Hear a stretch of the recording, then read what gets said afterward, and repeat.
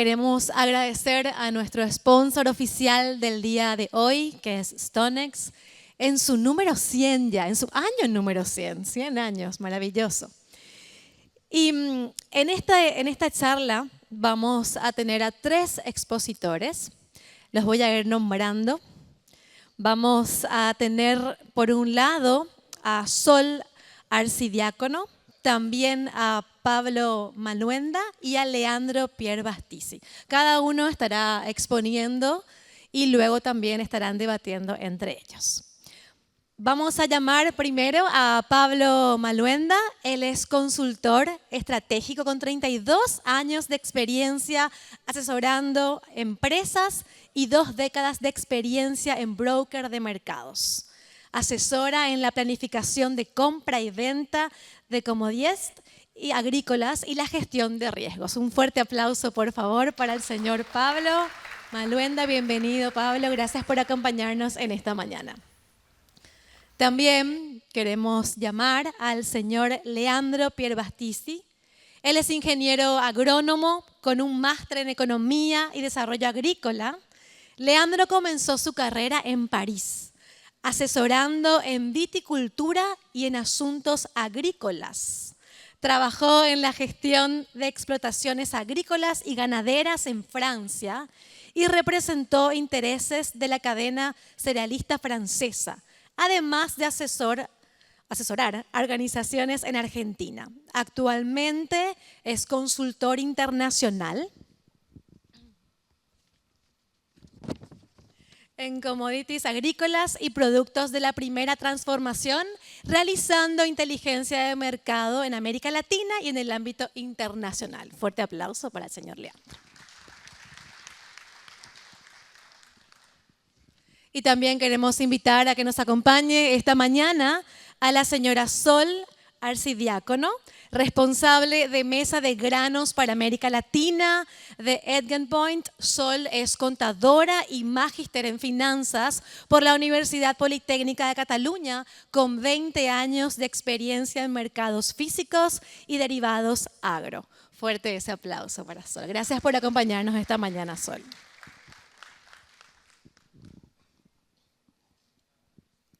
Les dejo entonces para que puedan ir exponiendo cada uno de ustedes. Muchas gracias. Antes que nada, muchas gracias por la invitación. Un año más participando en ALIM. Muchas gracias, Johnny, por tu amable invitación. Un placer estar con ustedes. Para los que no me conocen, soy Pablo Maluenda, chileno, consultor de empresas. Y hoy día voy a tener el placer de presentarles un tema bastante amplio. Ocurre que cuando Johnny me pidió venir, yo le mandé 2 o 3 temas y le dije, bueno, escojan ustedes qué tema quieren ver.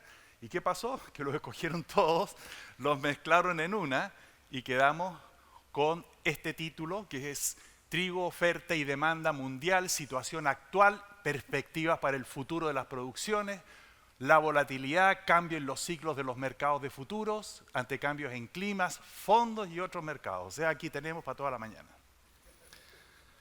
La verdad que desarrollar este tema es muy largo, pero vamos a tratar de hacer lo posible para hacerlo rápido y obviamente no voy a poder profundizar en cada uno de los temas, solamente los voy a estar mencionando por encima. Tengo presentaciones para cada uno de estos temas en profundo, pero 30 minutos no da para hacerlo. Y vamos a comenzar por entender cómo se forman los precios, que una de las cosas más importantes para todos ustedes es el descubrimiento del precio. Cómo descubrimos los precios en los mercados de futuros. Esta es la típica gráfica, ¿cierto?, de los precios de bolsa. Son el producto de la oferta y demanda, de factores políticos y el clima, lo que llamamos los factores fundamentales del mercado. Estos son los factores fundamentales. Y resultado de esta interacción de estos factores, ¿cierto?, se determina la producción del grano y los precios que vamos a tener en el mercado. Ahora voy a ampliar un poquitito el análisis de estos 4 factores. Obviamente no los voy a poder ver en extenso, pero cuando hablamos de oferta y demanda, nos vamos a centrar hoy día en 2 factores. Uno es la oferta de grandes exportadores, los 8 mayores exportadores mundiales, y vamos a fijar nuestra atención hoy día en aquellos exportadores que son importantes para nosotros. Para nosotros, ¿quiénes son los importantes? Principalmente Estados Unidos, Canadá, Argentina, ¿cierto? Y también Uruguay, Paraguay. Esos son los principales puntos de análisis que voy a tratar de hacer el día de hoy. Muy por encima, porque después viene Estados Unidos, Canadá, Argentina van a hablar y ellos van a darles mayor información. Pero puntos relevantes, oferta y demanda. En la oferta tenemos grandes exportadores, que es Rusia y la Unión Europea, representan casi la mitad de la producción y de la exportación mundial. Hoy día los precios están guiados principalmente por el precio del trigo ruso, y Europa sigue a Rusia permanentemente, por lo tanto, entre los dos están y son responsables de casi la mitad de la producción mundial, la exportación mundial, perdón, son los que dominan los precios. En la demanda, obviamente, vamos a centrarnos principalmente en China. A mis clientes siempre les digo, cuando algo pasa, bueno o malo, blame it on China, échenle la culpa a China. Siempre es China principalmente el mayor factor que está moviendo precios. Y también vamos a hablar en el tema de la oferta, el incremento de la demanda por el crecimiento de la población. Yo creo que ese es el punto principal cuando hablamos de proyecciones a largo plazo que me están pidiendo. Entonces, para hablar del largo plazo tenemos que hablar del crecimiento de la población, que está siendo fantásticamente alto y va a influir, por supuesto, en las superficies que vamos a sembrar a nivel mundial. Y el clima, ¿para qué hablar más? El tema del clima es tremendamente importante. Ayer estaba viendo las noticias, estamos con el sur de Francia inundado. Yo vivo en Estados Unidos, en Miami. Este año en Estados Unidos tuvimos por lo menos 4 tormentas que entraron desde el Pacífico, afectaron California, arrasaron y salieron por la costa este. O sea, a esa magnitud, una tormenta que entra por el Pacífico y sale por el Atlántico.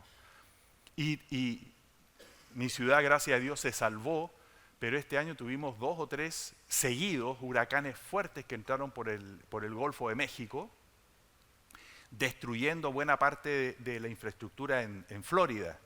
Lo bueno de esas tormentas, que les cuento que entraron por el Pacífico y por el Golfo, es que tuvimos mucha humedad. Y en los Estados Unidos eso es muy bueno. Entonces este año tuvimos tremendas cosechas, y vamos a hablar del impacto de esas cosechas también, porque tenemos ahí el tema del maíz y la soja. En Estados Unidos estamos esperando una de las mayores cosechas de maíz, soja también, trigo ya la tuvimos muy grande, y el tema también con China, y me voy a adelantar un poquitito acá, es que China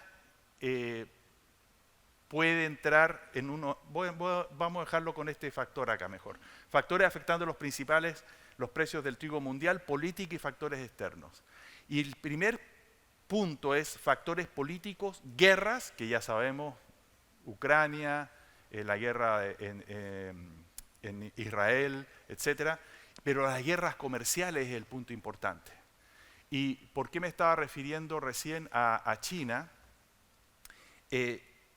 China es el mayor comprador de maíz y soja. Tenemos una gran producción de maíz y soja, como les dije, allá en los Estados Unidos, y confiamos en la venta china. Pero hay un problema o hay una expectativa, dependiendo de quién sale presidente de los Estados Unidos, es que volvamos a esa guerra comercial con China. En el gobierno de Trump Trump inició una guerra comercial muy fuerte. Dicen que aprendió de eso y que no va a ser este año, si él sale elegido no va a ser tan fuerte, pero China está atenta esperando a ver cuál va a ser el resultado. ¿Y qué ocurre con eso? ¿Por qué nos interesa a nosotros esa guerra, una posible guerra comercial, en el caso de que ocurra la candidatura de Trump? Es que China, si hay una guerra comercial reanudada, China va a dejar de comprar o va a comprar mucho menos maíz y soja en los Estados Unidos, se va a ir a comprar el maíz y la soja en Argentina y Brasil, que vienen también, Brasil especialmente, con buenas cosechas, Eso va a bajar los precios del maíz y la soja en los Estados Unidos para poder captar más demanda y eso inmediatamente va a afectar el precio del trigo. O sea, hay una concadenación de cosas que hay que ir siempre estudiando, aparte de otros temas económicos, por ejemplo, las tasas de interés. Ustedes vieron la guerra de tasas de interés en Europa, en Estados Unidos, cuando las bajamos casi a cero y después volvimos a subir las tasas fuertemente. Hoy día ya estamos bajando un poquitito, pero llegamos a estar al 7-8% en los Estados Unidos. Y eso también afecta los mercados, porque los fondos de inversión, cuando ven más atracción en mercados de tasas de interés, de depósitos o fondos de gobierno, mueven los dineros hacia esa zona y la sacan de los mercados de commodities. Y cuando la tasa de interés está muy baja, no hay atractivo, o incluso en mercados accionarios también no es atractivo, mueve los dineros hacia nuestros mercados de commodities. Entonces hay un flujo de dinero de los fondos de inversión que siempre tenemos que estar atentos para ver cómo van a afectar el precio del maíz, la soja o el trigo. Factores técnicos, por supuesto, Sol nos va a hablar muchísimo de ese tema. Y los factores técnicos de mercado, básicamente volatilidades, etcétera, nos van a ayudar a determinar el movimiento de los precios y cómo poder manejar ese riesgo de fluctuación de precios en el corto mediano plazo. China, una vez más, cae en varias categorías, como guerra económica, como demanda mundial, etcétera. Hay un cambio en China muy importante que lo voy a mencionar más adelante, que es los cambios en su producción.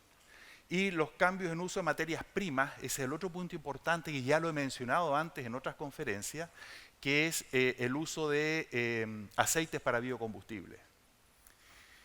Y como el tiempo es muy corto, vamos a avanzar más rápido. ¿Qué factores entonces, de todos los que mencioné recién, son los que van a afectar los precios este año? El precio del petróleo, el precio del etanol, el precio del maíz, el cambio climático que vemos acá. ¿Ahí se refleja ahí o no? Ah, sí, perfecto. La guerra comercial de Estados Unidos con China. La verdad que todos esos factores están afectando los precios al mismo tiempo. Entonces tenemos que estar atentos a todos los factores y en algún minuto uno afecta más que el otro. Si vemos el forecast del Banco Mundial, que se los puse aquí porque es una buena referencia, ellos están hablando de una baja un poco de la volatilidad de los precios hasta el año 2025, hasta enero del 2025 hay una leve declinación, si ustedes ven, en el precio de commodities agrícolas. Vamos a ver si esto se da. Y rápidamente la población mundial, como ya lo mencioné, creciendo a un ritmo fantástico, superamos los 8.000 millones de personas, vamos a llegar a 10.400 millones de personas para el 2080 se proyectaba, y hay que alimentar esa población. ¿Y cómo la alimentamos? Con siembra, pero la siembra, si ustedes ven el planeta, del 100% de la superficie del planeta apenas un 29% es tierra. Y de ese 29% apenas un 71% es tierra habitable, 46% es agrícola y 23% apenas es superficie para agricultura tradicional. Y el resto, del 23 al 77%, es para ganado. Son tierras deterioradas que sirven solamente para pasturas y ganado. Entonces tenemos una restricción fuerte en tierra para alimentar esta población mundial. El tema de los aceites vegetales para mí es tremendamente importante. ¿Por qué? Porque estamos haciendo un cambio en el uso de un producto que es alimentación. ¿Qué son los biocombustibles? Ustedes ya lo saben, hay bioetanol, biocombustibles de aceites vegetales. ¿Y por qué están tan de moda y por qué hay un aumento en la producción? Por un hecho muy simple. Estos biocombustibles bajan la contaminación de carbono y es un problema que tenemos con el petróleo. Entonces, donde hay mayor uso de biocombustibles hoy día principalmente es en aviación y en transporte marítimo, donde el uso de biocombustible está bajando la huella de carbono y eso permite un incremento en la velocidad de los barcos y también permite el mayor flujo de vuelos, por ejemplo, a Europa. Ustedes saben que Europa restringe la entrada de vuelos comerciales por la huella de carbono. Entonces, si American Airlines puede entrar 2.000 vuelos diarios, por decir algo, si baja la huella de carbono puede meter 2.100. Entonces, esa es la importancia. Y es tan fuerte la importancia que, por ejemplo, allá en Estados Unidos, tenemos el caso de la soja. La soja está aumentando la capacidad de crushing en un 34% a nivel país. Disculpen que voy a pasar muy rápido, pero no hay mucho tiempo. Para la producción de biocombustibles. En el caso de Canadá, por ejemplo, están expandiendo la producción de canola para el mismo uso. Les pongo un ejemplo rápido, porque este ejemplo lo que quiere decir es cómo nos va a afectar el cambio de uso de un grano que es forrajero, consumo humano, a biocombustible, el caso del etanol en los Estados Unidos. Cuando entra la legislación de etanol en Estados Unidos para aumentar el uso de etanol, la mezcla en el combustible, y aumentan las plantas de etanol en Estados Unidos, nosotros aumentamos en un 24% en un periodo de apenas 6 años, desde que se hizo el cambio, 2006, 24% un aumento en la superficie usada para maíz, y el trigo cayó un 4%. La soja aumentó un 1%. No se nota tanto, quizás un 4%, pero eso fue aumentando. Y el efecto que provocó eso en los precios, mírenlo ustedes, es fantástico. Nosotros teníamos un rango de precios desde el año 88 al 2006, un largo periodo de tiempo, excepto este año que fue una catástrofe climática, pero el rango de precio estaba entre 176 a 315 centavos. Cuando viene entrando el etanol, miren ustedes el salto, o sea, nos subimos desde un máximo de 315 a 8.50. Este fue el impacto que provocó el etanol. Factores técnicos, muy rápidamente, volatilidad, etcétera. Todos estos factores técnicos que los va a hablar Sol son factores muy importantes para el análisis cuando estamos comprando los futuros en el corto plazo, en el mediano plazo. Pero ¿cuál es mi punto en este aspecto? En el largo plazo son los factores fundamentales los que van a pesar mayormente en los precios de los commodities. Por lo tanto, ¿cuál es la moraleja ahí? Fíjense siempre en los factores fundamentales. Los técnicos nos ayudan mucho en el corto o mediano plazo. En el largo plazo no confío mucho en técnicos, pero sí confío plenamente en fundamentales. Entonces, el análisis fundamental de los mercados es clave para que ustedes puedan manejar el riesgo de sus precios. Primeras conclusiones: los cambios en los factores que aumentan los precios del trigo se agudizan y vamos a tener aumentos en volatilidad. Rápidamente voy a pasar, no voy a alcanzar a verlos todos porque me quedan apenas 10 minutos, la situación de oferta y demanda de cada uno de los países. Pero lo principal aquí es, si hablamos del mundo completo, aquí tenemos una gráfica donde vemos que tenemos la producción mundial, el uso mundial y los inventarios finales. Y vamos a ver que a nivel mundial el consumo o uso mundial está ya 6 años por encima de la producción y los inventarios vienen cayendo. Sin embargo, si yo saco a China de ese panorama, la situación se revierte. Y ahora es la producción de estos 6 años está sobre el uso. Sobra trigo, supuestamente. Sin embargo, los inventarios siguen cayendo y eso es por el hoarding, ¿cómo se llama? Que está haciendo China de los inventarios, ¿no? Están incrementando el uso de sus inventarios y están acumulando, esa es la palabra. Ahora, ustedes van a escuchar muchas veces, oye, es que los inventarios mundiales están muy bajos. Sí, puede ser. Fíjense que con China teníamos un 32%, Con China tenemos un 32%, con China, sí, bien digo, tenemos un 32%, y sin China hay un 19% de inventarios finales. Pero, ¿saben cuánto hay en maíz? 11. Entonces, ¿es tan grave la situación con un 19%, que es realmente bajo comparado con otros años? Yo creo que no, y lo voy a explicar un poco más adelante si me da el tiempo. Los inventarios hoy día están en manos principalmente de los compradores, usuarios de trigo, y 55% de los inventarios mundiales están en manos de compradores y el 45% en manos de los grandes exportadores. ¿Y eso qué implica? Que estamos viendo una tendencia a bajar las importaciones mundiales este año a 211 millones de toneladas. ¿Por qué? Porque hay más inventario en manos de los consumidores. Producciones trigueras. Esta es una gráfica de cómo se distribuye la producción mundial. Lo importante aquí es China e India, entre los dos, representan el 31% de la producción mundial. China siendo el mayor productor del mundo, 18%, y entre los dos, 31%, que es el mismo número que representan la Unión Europea con Mar Negro, o sea, Rusia, Ucrania y Kazajistán. Esos tres solamente representan también un 31%. Y si sacamos a China y a India, que no son grandes exportadores, y solamente hablamos de los grandes exportadores, 48%, la mitad de la producción mundial está en las manos de los grandes exportadores, que son, como ustedes saben, la Unión Europea, Rusia, Estados Unidos, Canadá, Australia, Ucrania, Kazajistán y Argentina. ¿Qué pasa con las producciones mundiales? Ahí lo estamos viendo.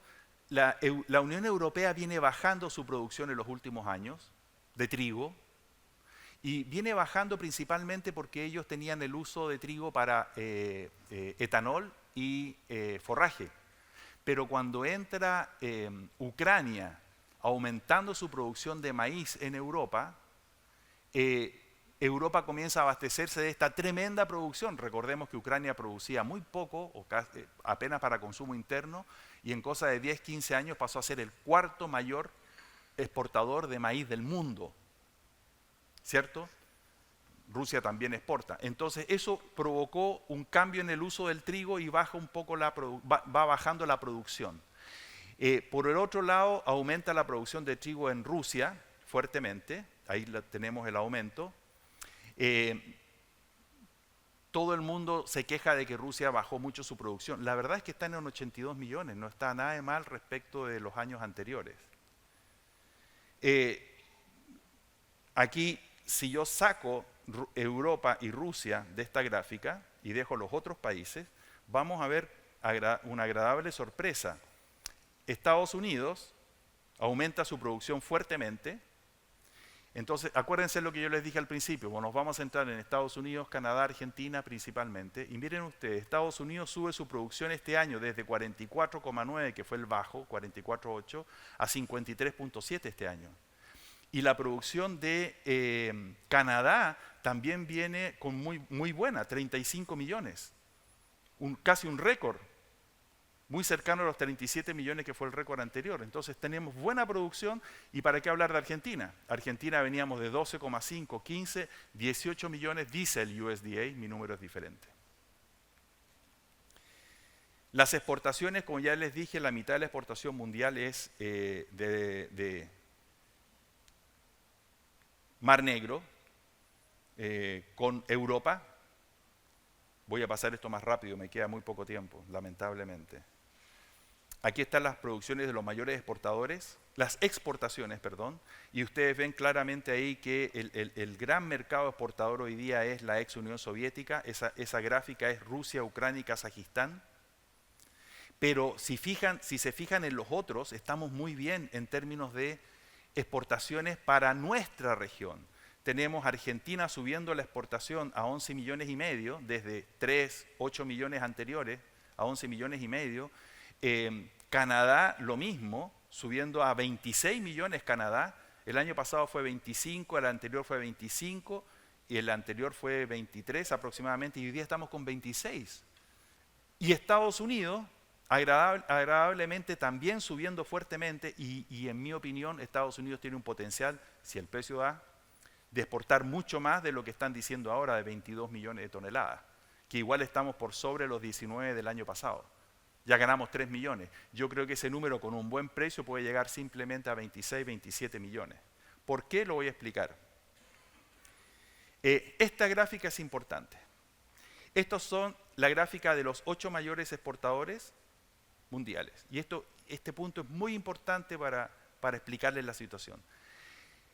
Fíjense, en el año 16-17 tuvimos una producción de 405 millones a nivel mundial, fue un récord, producción, y la exportación fue de 166 millones. La producción se ha mantenido, pero ha bajado un poco en los últimos 3 años, de los 8 mayores, y de 405 bajamos a 386.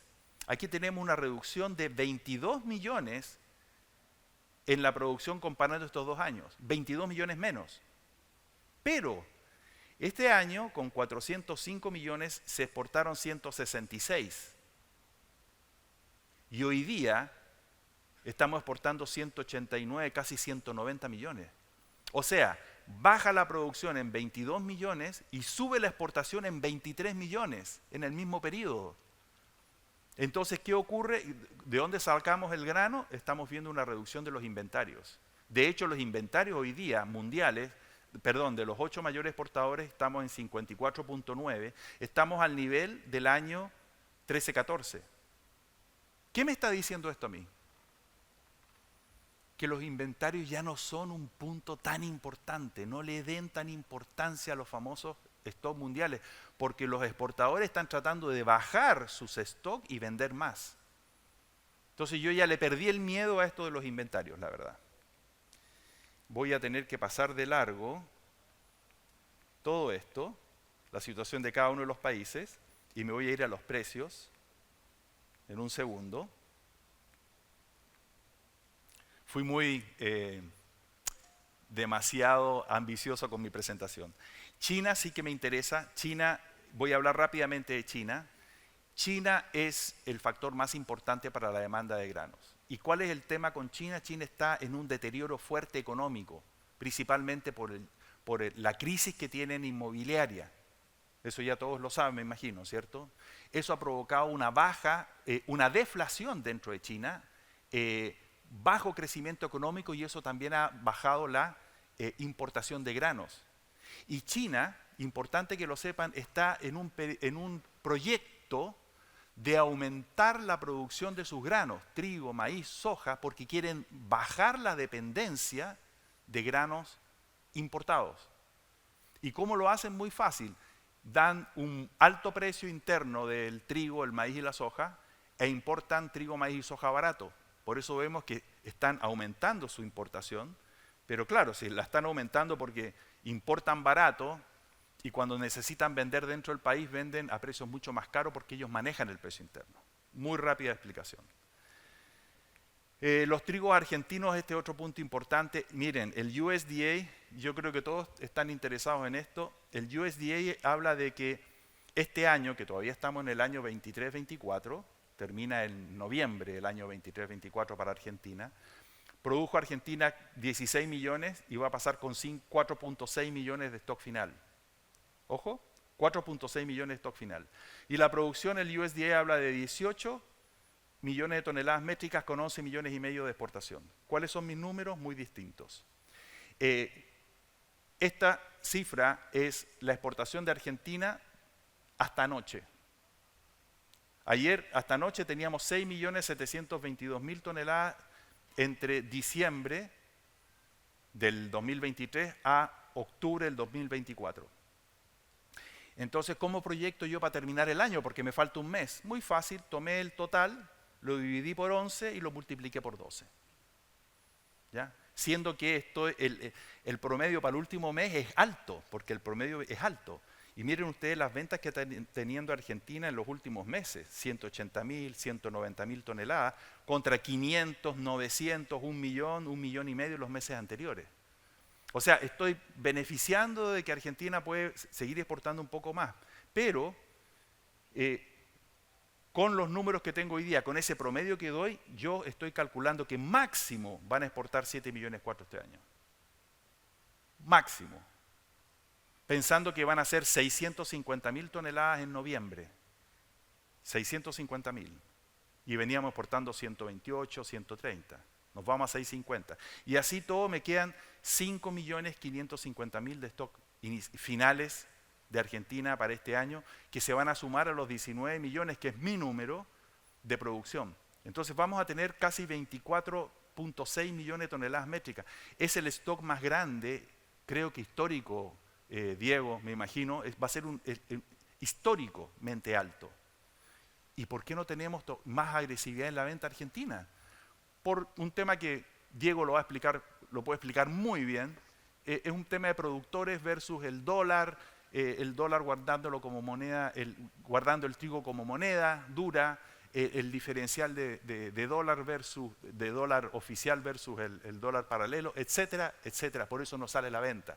Pero estamos en un punto crítico para Argentina porque no podemos llegar con casi 25 millones de trigo de aquí a febrero. Entonces yo creo que los precios van a ser bastante más agresivos de la que ya son, mi opinión. Uruguay, me lo salto, Paraguay también, ya me pasé el tiempo. Estoy pasado un par de minutos, no mucho. Importante, estas son las ofertas. Esto sí que lo tengo que mostrar. Dame un segundo. Esto es para atrás, ¿no? Evolución de los precios. Fíjense que todas las curvas de precios, sea trigo hard red winter, soft red winter, estos son FOB. El francés, el alemán, etcétera, etcétera, están todos coordinados. El movimiento está sincronizado. Para que ustedes sepan, los precios de los trigos se mueven en tándem. Estas son ofertas que yo conseguí anoche, precios para exportación anoche, y fíjense que el trigo argentino es el más barato hoy día, 230 para diciembre. Sin embargo, ayer me hablaron de que está por debajo. En Brasil un cliente me habló de 2.28, hay otro cliente que me está hablando de 2.23, 2.25. Muy agresivo, esta agresividad ya comenzó.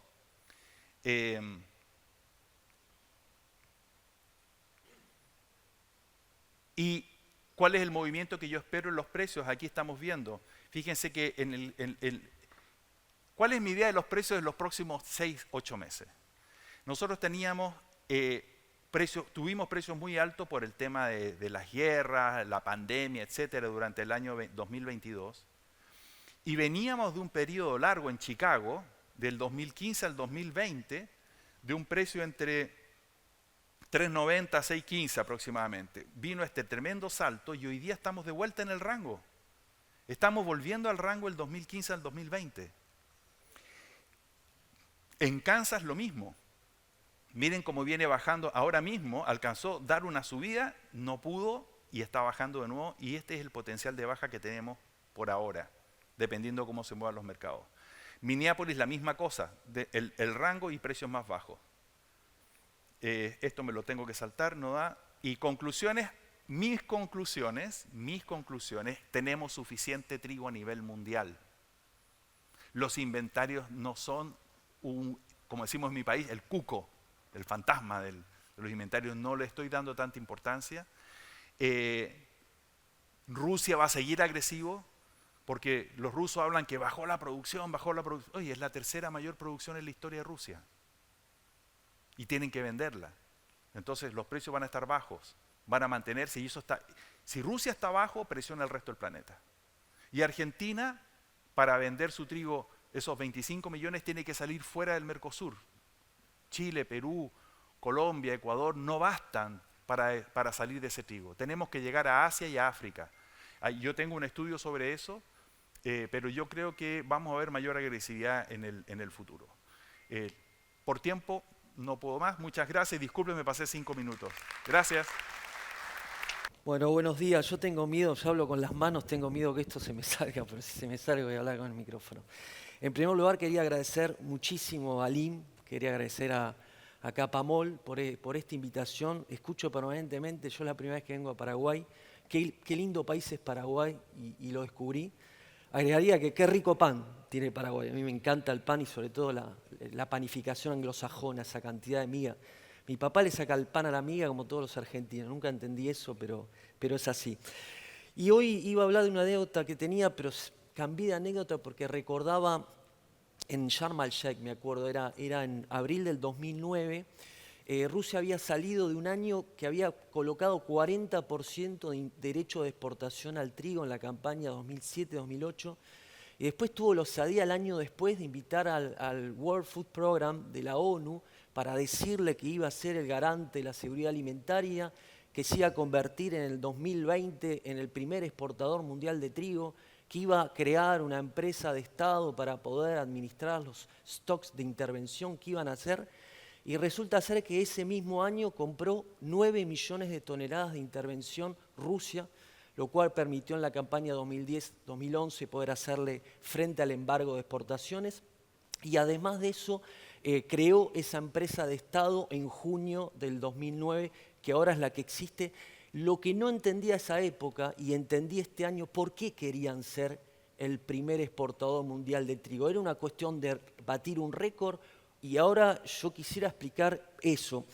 Y en realidad la presentación debería haber sido relocalización y rusificación del mercado mundial de trigo.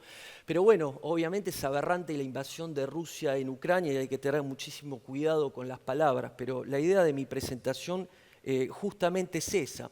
Y la hipótesis que quiero desarrollar es que es un mercado que evoluciona a un ritmo completamente adivinatorio como resultado justamente de esta rusificación. Y estoy totalmente de acuerdo con lo que dice Pablo, que hoy los stocks ya no representan la lectura que representaba antes. Ahora, ¿qué pasa? Si los stocks no representan de exportadores lo que justamente representa, ¿cómo podemos leer hoy el mercado? Y estamos en problemas justamente por eso. No podemos leer el mercado. Y como dijo Pablo, si nosotros vemos los stocks que tenemos de los 8 primeros exportadores, nos remitimos a la campaña 12-13, ya casi parecido. Pero estamos lejos en términos de almacenaje justamente respecto a la campaña 2007-2008, que los menos jóvenes recuerdan que fue verdaderamente un desastre a nivel productivo. Ahora fíjense que si los stocks lo representamos en términos de días de consumo de 8 principales exportadores, estamos al mismo nivel que 2007-2008. Es decir, que los 8 principales países exportadores solamente pueden garantizar 26 días de consumo. Estamos locos. Ustedes muelen trigo. ¿Qué pasa si un día para el otro se quedan sin trigo? Esa es la cuestión. Ahora, ¿cómo puede ser posible que si vemos los 4 grandes récords de precios, hoy estamos lejos de los precios que tenemos en 2007 y 2008? ¿Y cómo se explica eso? Tenemos los mismos stocks de 8 principales países exportadores en términos de consumo y tenemos un drop impresionante de precios. Nadie me va a decir, che, Leandro, vos no estás a 1000 puntos como estábamos en 2007-2008. Para mí la explicación es sencilla. Estados Unidos manejó el mundo en términos de configuración de mercado de precios y nosotros necesitamos a Estados Unidos como vendedor. Lo que ha sucedido, fíjense en la 2006-2007, el que salvó las papas en el mundo fue Estados Unidos, porque con los inventarios que Estados Unidos tenía a su poder y los pudo vender al mercado mundial, pudo realmente tapar el fuego que había en Europa y sobre todo en Australia. Pero ¿qué pasa? Fíjense en los inventarios que tenía Rusia, que era 9%, y llegamos hoy al 18%. Y créanme que es más que eso, pero por lo menos es un 18%. ¿Y qué pasa? Hoy ya Estados Unidos acumula un 38% de inventarios. Ojalá que en el segundo semestre Estados Unidos esté realmente presente en el mercado internacional. Porque, señoras y señores, los fondos ven a Estados Unidos. Los fondos ven a Estados Unidos porque Estados Unidos es un gran país productor porque consume la mitad de su trigo, un mercado interno muy fuerte, pero lo que sucede es que hoy este título suena irónico, pero no lo es. Chicago queda a Estados Unidos, pero el trigo no está más en Estados Unidos. Hoy el trigo está en Rusia. Y fíjense en esto, ustedes fíjense la posición neta de los fondos y fíjense la media móvil de las exportaciones, vean lo rojo y vean que cuanto más negativa está la posición neta es porque la performance de las exportaciones americanas es menor y viceversa.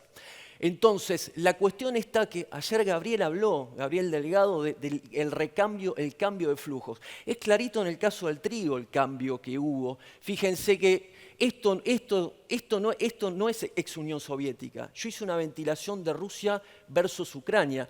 Rusia representaba en los fines de los años 80 el 15% del mercado mundial como importador.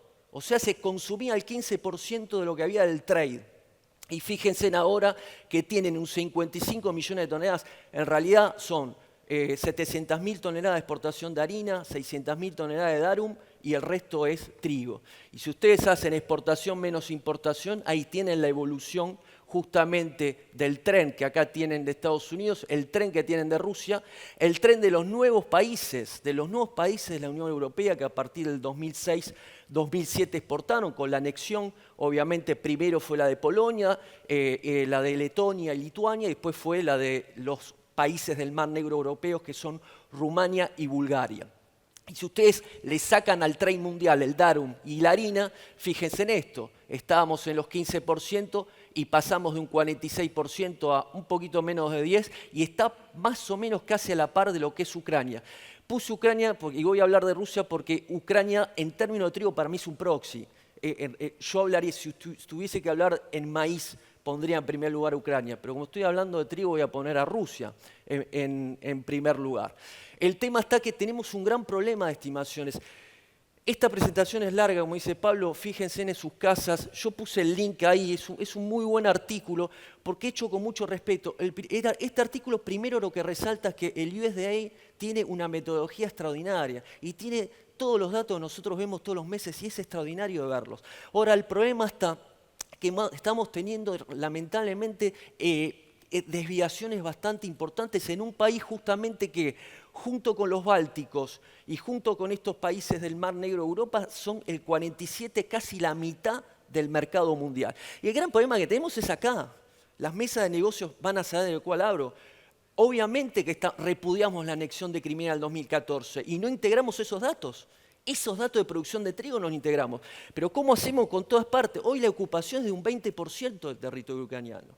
Y es un potencial de área del 30% en trigo. ¿Se entiende la dificultad? Y bueno, la dificultad está acá. Campaña 10-11 fue el primer golpazo que tuvimos.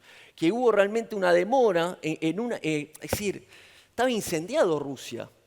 Estaba incendiado Siberia. Tardamos bastante justamente en llegar a los datos que fueron 40 millones de toneladas. Pero partimos siempre de los 75, 80, terminamos en 92. Entonces, si tenemos un error en las estimaciones que los algoritmos de nanosegundo digieren, ¿qué estamos digeriendo? Y ese es un gran problema que tenemos hoy en día en el trigo. Y comerse la curva. Cuando vimos Chicago, creo, en mitad de abril, y vimos ese rally completamente alucinante, ¿quién no dice que Rusia se iba realmente a producir 75, 76 millones de toneladas? Y no terminó siendo de 75, 76. Y pregunta, ¿es de 81, 82 o es de 85?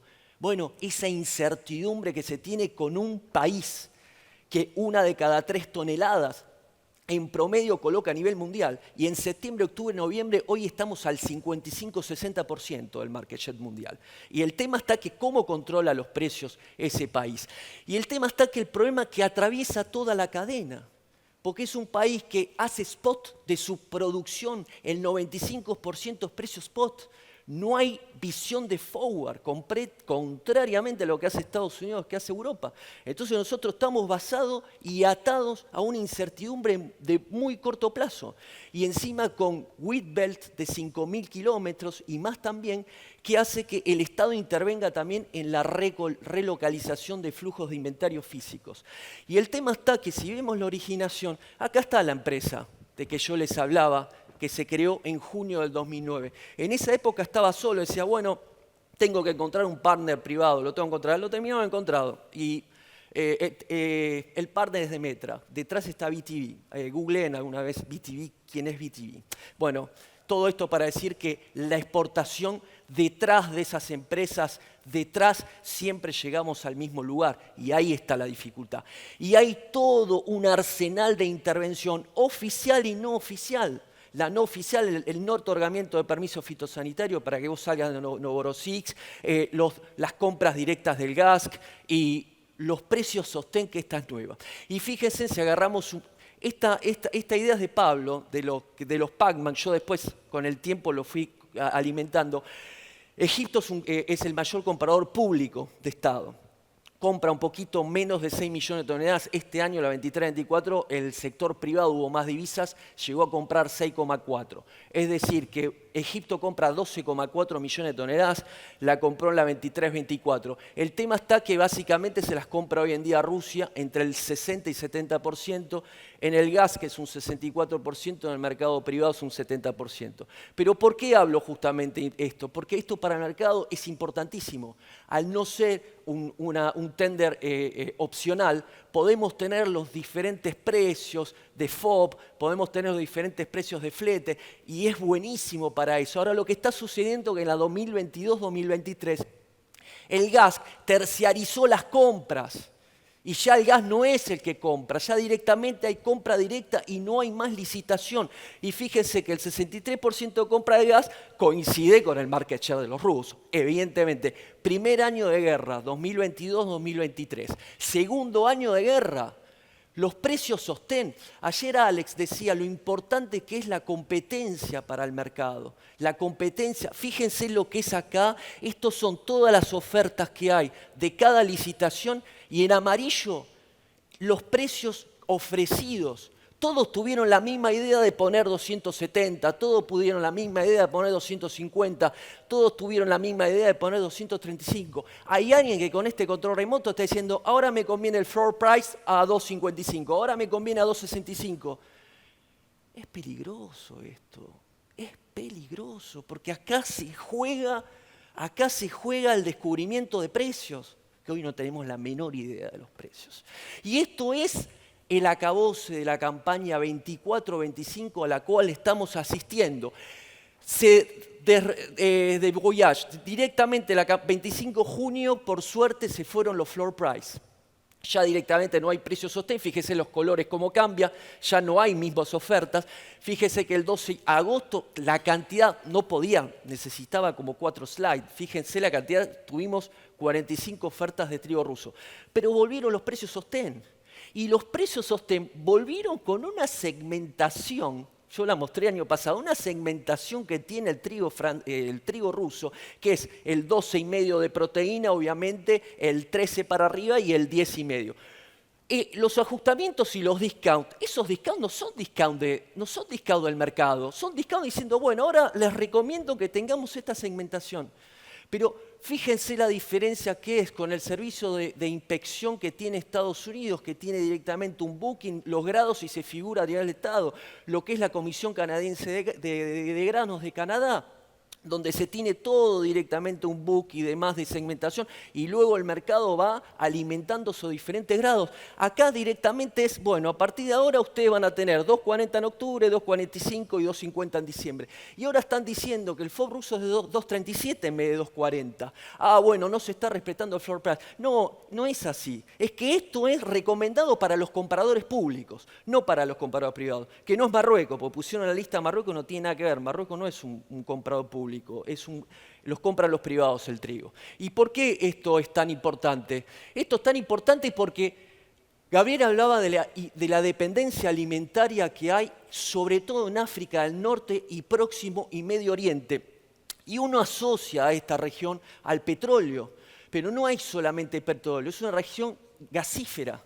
Rusia, Irán tienen el 80% de las reservas de gas en el mundo. Acá está el estrecho de Hormuz, que habló Alexei ayer. Fíjense lo que sucede acá si vos no podés agarrar el canal de Suez y mucho menos, fíjense acá, si llegás a tener un problema también en el Bósforo y no podés salir, tenés que ir al estrecho de Gibraltar y lo que eso implica en términos. Y sobre todo que es una región bastión del consumo de trigo. Porque fíjense que tenemos consumos de trigo del 167 kilos por habitante y por año, y en realidad ahí también es delicado hacer el dato. ¿Por qué? Porque tenemos países como Siria, tenemos países como Sudán, que hay una migración tan fuerte por una cuestión de seguridad, de garantía bélica, que hace que se está subestimando el consumo local. Por eso si sacamos al país de Sudán, tendría que haber sacado Siria, estamos en consumos alrededor de 175, con picos de 300, si se quiere, kilos por habitante por año. Para que tengan una idea, Argentina consume 120 kilos, que ya es un número bastante interesante. ¿Y qué es lo que aterra? Que esta región, que es una región geoeconómicamente y política extraordinaria, donde un cuarto del trade de urea se hace en esa región, y sobre todo en términos de consumo, representa casi un tercio del trade, del trigo internacional. Fíjense quién hoy en día lo está garantizando. Lo está garantizando Rusia. En promedio el 50%, una de cada 2 toneladas que viene a la región más caliente hoy en día del planeta, la abastece un país que ya les digo, que puede poner un floor price de 2.35 como de 2.65. Y para hacer un ejemplo gráfico en términos de originación, fíjese lo que pasó, esta es una figura de Ian muy interesante, del 2016-17 en adelante, hasta el 2016-2017, no había un solo grano de trigo ruso en África del Oeste. Prácticamente era todo origen europeo, específicamente Argentina, Francia. ¿Cuál era el blend? 80% base francesa, 20% canadiense o cualquier otro origen justamente de mejoramiento. Y desde 2006-2007 en adelante, por 2016, que fue una campaña catastrófica para Francia, entró por la ventana el trigo ruso y entró hasta el punto que hoy en día hay molinos que hacen con la base el 100% o directamente utilizaron como base el ruso el 80% y el 20% lo siguen mejorando con americano o con canadiense. ¿Cuál es la cuestión? La cuestión está que nosotros vemos que este es el caso de, este es el caso de, ¿qué estoy haciendo? No, me estoy yendo. A ver qué hice. Bueno, no importa. Estoy mostrando todo lo que tenía que mostrar. Bueno, no importa. Estoy para ahí, para ver cómo tengo que hacer el corto plazo. Sí, tengo que volver para atrás. Este caso era, lo que yo decía acá, era el caso de África, que es donde realmente estamos viendo la gran pérdida de parte del mercado, en lo que era el caso de Estados Unidos, que pasamos del 38, 40% al 2%, y vemos cómo los orígenes europeos, el Rumania, Bulgaria, lo que ya había dicho, y junto con Francia y Alemania que siguen alimentando África, y vemos en ese caso justamente cómo creció y lo que yo venía diciendo. Lo que es interesante acá es que esos mercados son mercados de precio, son mercados de pricing, y en el caso de los orígenes que se ocupan justamente, que hacen el pricing to market, como es Estados Unidos, como es Canadá. ¿Qué significa con eso? Significa que para ciertos orígenes la demanda es inelástica.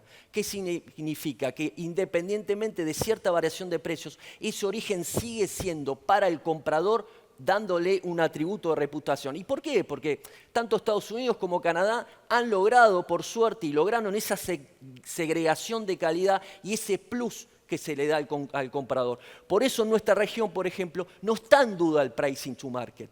Pero Rusia se está metiendo justamente en la ventana de Sudamérica. Fíjense la estabilidad del origen tanto canadiense como ruso. Esto en realidad va y viene, tiene que ver con la liberalización del mercado de Brasil en los años 90, donde entró Argentina, pero independientemente de eso, hay una estabilidad, como lo hay en ciertos países del sudeste asiático también. Lo que se está poniendo acá en cuestión es la agresividad de un país que por precio entra. ¿Y entra dónde? Fíjense hoy en día, como es el caso de México o como es el caso de Brasil, cómo está ingresando el trigo ruso. ¿Por qué es importante esto? Bueno, es importante porque lo que va a suceder en el segundo semestre es muy importante y vital. Hoy en día, en los primeros 4 meses del año, ya Rusia se comió el 45% del saldo exportable, ya lo colocó. El año pasado era un 40% en los primeros 4 meses y el anteaño pasado de un 35%. Están recontra hiper adelantadas las exportaciones. ¿Por qué? Hubo un efecto de retención de parte de los agricultores porque aumentó la tasa de interés del Banco Central ruso y lo que sucedió a la vez también que con la depreciación del rublo vis a vis del dólar hace que el origen ruso sea cada vez más competitivo por eso explica ese tren justamente de exportaciones tan importante. Pero ¿qué pasa? Como la fórmula del derecho de exportación está ligada al fortalecimiento no del rublo, ¿qué pasa? Están subiendo los derechos de exportación y pasamos de 300 rublos la tonelada hoy en día a 2.200. ¿Qué implica con esto? Que los derechos de exportación van a seguir subiendo justamente porque están ligados a esa depreciación que no va a parar. En definitiva, ¿qué significa? Que Rusia se queda sin nafta en el segundo semestre o tiene mucho más trigo de lo que nosotros imaginamos. Yo creo que realmente los inventarios hoy en Rusia están verdaderamente más bajos que lo que es el año pasado, con lo cual el segundo semestre va a ser un partido en el cual Francia pasa de 10 millones de toneladas a 4 millones de toneladas de exportación solamente, de manera tal que efectivamente va a estar poco presente, con lo cual el segundo semestre yo veo una cierta firmeza de precios. ¿Por qué? Porque supuestamente Rusia se va a tener que poner más caro. En el corto plazo también tenemos un weather market que ya no es más estacional. Ya estamos hablando de la siembra el año que viene y vamos a estar hablando de la siembra dentro de 2 años. Es decir, cuando ves la situación de humedad que tiene, ahora se está mejorando, pero que tiene Francia como tiene Alemania, ¿qué va a pasar el año que viene con las siembras? Lo mismo puede pasar en el caso de Estados Unidos con eso. Y bueno, y esto es un contraste terrible que tuvimos este año entre todos los trigos de primavera, del lado de, vamos a decir, de Volga hacia el este y todo lo que respecta a los trigos de invierno del sur. Tenemos un gran problema con el tema de la demanda. Así como yo hablé que tenemos un problema con el tema del descubrimiento de las estimaciones, a mi gusto estamos subestimando la demanda. Si estamos aumentando de un 16% el consumo en los últimos 10 años y el crop aumentó de un 10%, y estamos viendo países como Indonesia que están aumentando no solamente el milling, sino también la destinación animal.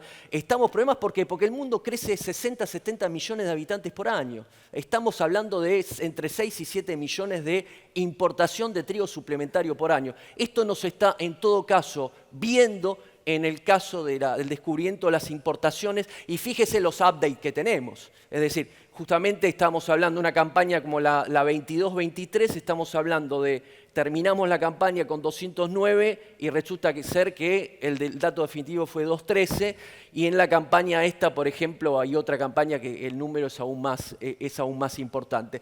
Y la pregunta del millón es, ¿cómo poder distinguir la compra efectiva y la compra estratégica? ¿Qué está comprando China? En el 2009 Economy sacó otro paper de investigación muy interesante diciendo que por tema de los subsidios de cada región de China, justamente al PCC se le da un inventario para saber cuánto, y la idea era si estaba subestimado o no ese dato de inventarios región por región. Imagínense si hay un error y hay sobreestimación de inventario en China de un 10-15%, lo que puede llegar a pasar. El logo del Congreso, y para ir terminando, a mí me encantó, es alimentando el futuro. Yo agregaría geoalimentando el futuro, porque hoy en día es la voluntad comercial y política de alimentar el futuro.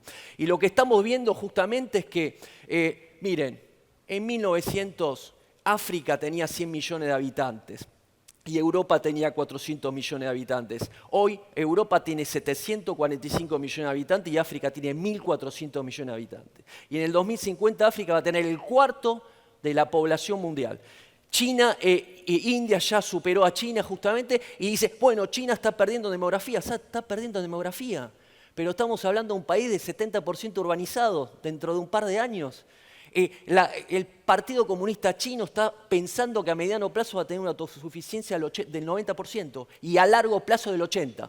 Andá a preguntarle a Xi Jinping qué significa a largo plazo, es todo un debate. Pero saben que no van a poder aguantar la autosuficiencia alimentaria. ¿Y de dónde van a sacar esos alimentos? ¿De dónde lo van a importar? Y esto es impresionante. Fíjense que el umbral de renovación de generaciones es 2,1. ¿Quiénes están renovando las generaciones? Y fíjense que todo lo violeta es justamente los bastiones de consumo de trigo donde no se produce trigo. Y justamente esa es la región que va más a consumir junto con el Middle East, como dijo justamente Gabriel. Y la cuestión está, ¿quién le va? Y ahí me faltan 25 segundos para terminar. ¿Quién va a proveer eso? Y acá la cuestión, que hay un país que hoy se llama Rusia, que está haciendo donaciones el año pasado, que ya sabemos lo que fue las donaciones. No ejecutaron ni el tercio, pero es la propaganda política si nosotros estamos haciendo donaciones a tal o cual país. Y eso se mecha obviamente con el BRICS. Está clarito que está la idea de poner eso de somos la garantía. Ahora, fíjense lo que es acá, y me parece muy interesante, que fíjense todos estos países que están en violeta, fíjense todos esos países que están en el sudeste asiático, y fíjense la expansión que el BRICS quiere tener. Y quiere poner partners en Tailandia, en Vietnam, en Indonesia. Entonces, ahí hay todo un debate. Obviamente que hoy es un bloque que ni siquiera se sabe. Obviamente que la relación entre India y China no es la mejor. Pero hay un dato que a mí me preocupó, que vetaron a Venezuela, que no dejaron entrar a Venezuela. Entonces, ahí hay algo serio de decir, esto no es una alianza de nostálgicos de la Unión Soviética. Queremos una alianza comercial en serio y que cada uno tradee como quiera. Vos querés tradear en yen, tradeá en yen. Vos en yuan, en rupias, en lo que sea. Serio viene la cosa. Y ahí termino. ¿Y termino cómo? Termino diciendo que hay que leer a Pedro el Grande. Esa metáfora hermosa de una isla rodeada de tierras. Rusia siente lo mismo, porque Rusia tiene 17 millones de kilómetros cuadrados y no tiene salida al mar, porque todos los mares son de agua poco profunda. ¿Y cuál es el problema? Si quiere salir al Bósforo, tiene todo el territorio europeo. Si quiere salir y evitar, tiene Gibraltar. Si quiere ir hacia el norte, tiene todos los estrechos de Escandinavos. Está todo rodeado. ¿Y la idea cuál es ahora? Y la idea es directamente salir al mar Índico. Por eso están los corredores que están... Y todo el proxy. Por eso la relación con Irán. Por eso que están empezando a invertir fuertemente en Chabahar, en este puerto. No sé cuándo lo van a lograr. Pero están viendo, evidentemente, y Rusia está viendo que India se va a convertir en un gran país importador de trigo dentro de 10, 15 años. Y para terminar, y esta es al menos los mensajes que a mí me gustaría pasar, es que no hay más multilateralismo. Gabriel decía, ¿no? Yo digo mini multilateralismo, en argentino multilateralismo berreta, y ya las alianzas no son más nítidas. Hoy sos amigo, mañana enemigo, y tenemos deals de corto plazo, donde ustedes el mayor enemigo acérrimo lo pueden llegar a ver y al otro día hacer amistad. Y tenemos un alto riesgo de originación justamente por el cambio climático, por el componente geopolítico. Entonces hay que, y se los digo a ustedes que muelen una materia prima tan noble, hay que producir más y mejor en todos los países de la región. Y en los países donde somos importadores netos hay que tratar de producir. Porque para una industria y un molino, al menos tener un 5% del abastecimiento cambiaría completamente la ecuación. Y el presidente Peña ayer habló antes de ayer de la integración productiva, diciendo, nosotros hacemos el trabajo públicamente, pero están ustedes en integrarse. Yo creo que tenemos que ir hacia la integración. Y esta cosa de China, ustedes miran, China, están tratando de hacer trigo en el desierto, lo van a lograr, con lo cual obviamente que hay lugares donde se puedan adaptar más o menos el trigo, pero se podría llegar a hacer. Y en la región tenemos el caso de la cooperación público-privada, el caso de Paraguay entre Invío y Capeco, el caso de Uruguay con el caso de Urutrigo. Es decir, hay realmente ejemplos donde se puede llegar a lograr, y ni hablar Brasil que lo vimos ayer. Y y esto cosa de los inventarios. No tenemos frazada. No estamos hablando de 25 días de consumo, no hay trigo. Comparto completamente lo que dice Pablo justamente, que ya no es una señal de descubrimiento de precio de los almacenajes. Pero para ustedes no se trata de descubrimiento, para ustedes se trata de que si un día se quedan sin trigo, no pueden moler. Entonces me parece sumamente importante. Y para terminar, y la idea esa que yo quería hacer, y el paralelo con esta cuestión de Estados Unidos. Se habló mucho, me pareció muy interesante las intervenciones de los consultores respecto a las elecciones en Estados Unidos. Estamos hablando de esta cuestión del lugar que Estados Unidos tiene en la región, la cuestión esta de decir hay que tener una presencia y reforzarla. En el trigo pasa lo mismo. Necesitamos de las Américas un lugar preponderante en el trade. Y ahí incluyo también a la Argentina. Necesitamos en la región del Middle East y de África, que hoy en día no estamos siendo competitivos, diría todos en la región, necesitamos una fuerza más porque necesitamos pesar Y tenemos, como dijo el presidente Peña, una responsabilidad como garantes de la seguridad alimentaria en la región porque somos excedentarios. Muchísimas gracias y perdón por la demora, me pasé 4 minutos. Gracias. Hola a todos. Mi presentación es conocer y acceder a los mercados de trigos. Sí, porque bueno, muy interesante, trabajamos hace muchos años con Leandro y Pablo, y bueno, cuando preparamos este material conjunto para ustedes, decíamos, en el comienzo vamos a discutir los fundamentos, los factores, qué estamos siguiendo, los desafíos de este año, ya que pensemos que se está sembrando, se terminó de sembrar el trigo 25-26, con lo cual la verdad es que la información y la necesidad de actualización es avasallante. Pero ¿cómo llevo todo este conocimiento, todas estas inquietudes a una herramienta que me sirva? ¿Cómo transformo esta situación de riesgo creciente en oportunidades? Y siempre lo primero es conocer, el conocimiento, ¿sí? Y vamos a presentar cómo bajamos esta tierra, los mercados de trigo. Yo soy Sol Arcidiácono, soy la directora para Latinoamérica de Hedgepoint. Nosotros somos un broker de Chicago que trabajamos en el asesoramiento y desarrollo de estrategias de cobertura para la gestión del riesgo de precio. Tengo una vocación muy importante por la formación de los equipos y también soy directora de un posgrado de agronegocios de la Fundación Libertad. Nuestro descargo de responsabilidad. Ay, se me fue, chicos. Bien. Y esta es nuestra agenda. Vamos a trabajar primero sobre el marco que da la economía, que da la macro a todas estas cuestiones fundamentales que son la lupa del trigo que comentaron Pablo y Leandro. ¿Qué más pasa en los mercados de commodities? ¿Cómo hacemos esta transición del 24 al 25 y cómo afecta? ¿Vamos realmente a un escenario de volatilidad decreciente o empezamos a ver algunas cuestiones que nos inquietan? Todo eso cómo se traduce en el mercado de derivados agro y responder estas preguntas claves. ¿Cómo, dónde y cuándo? ¿Sí? El timing es muy importante. Y los conceptos claves que necesito conocer para entender el mercado son estacionalidad, liquidez y volatilidad. La volatilidad nos va a llevar a pensar en opciones, ¿sí? Porque es justamente el trading de volatilidad se hace a través de opciones y las vamos a presentar. Y vamos a concluir juntos la importancia de la gestión del riesgo de precio teniendo toda esta información y el asesoramiento en la cabeza. Como decíamos, transición del 24 al 25, pensamos hacia adelante los desafíos que vienen y estamos en un contexto donde empezamos a ver un periodo de economía, de política monetaria más laxa. No estamos hablando de política monetaria expansiva, como fue en la pandemia, pero sí empiezan a bajar lentamente las tasas en las principales economías del mundo. ¿Y esto por qué es importante? También lo comentó Pablo. Es importante porque, bueno, es más dinero, los fondos están más estimulados a participar en el mercado de commodities, eso es de apoyo, no sé si decir alcista, pero es de apoyo. Tenemos economías donde tienen la actividad, tasas más baratas, con los cuales están más animados a invertir, a desarrollar esta actividad.